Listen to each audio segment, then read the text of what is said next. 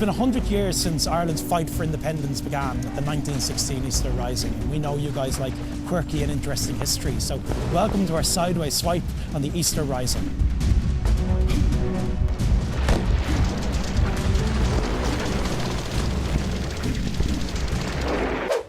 When we think about the Rising, we think about armed men and women on the streets of Dublin, waging war and revolution. But one thing we tend to forget is there were kids caught up in the 1916 Easter Rising too.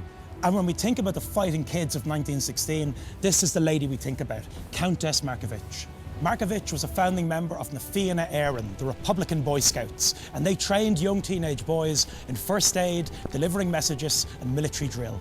Behind me is the GPO, or the General Post Office, which has become the symbol of the 1916 Rising. And many of us know James Connolly was here, one of the rebel leaders. But did you know his 15-year-old son, Roddy Connolly, was also inside that building, and he wasn't the only child rebel.